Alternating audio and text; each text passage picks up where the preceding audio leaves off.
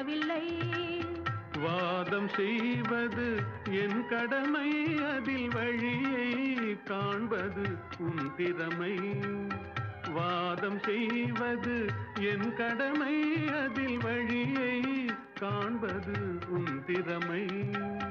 கண்டேன் கண்டது நல்ல வழி, அது காதலன் உடனே செல்லும் வழி.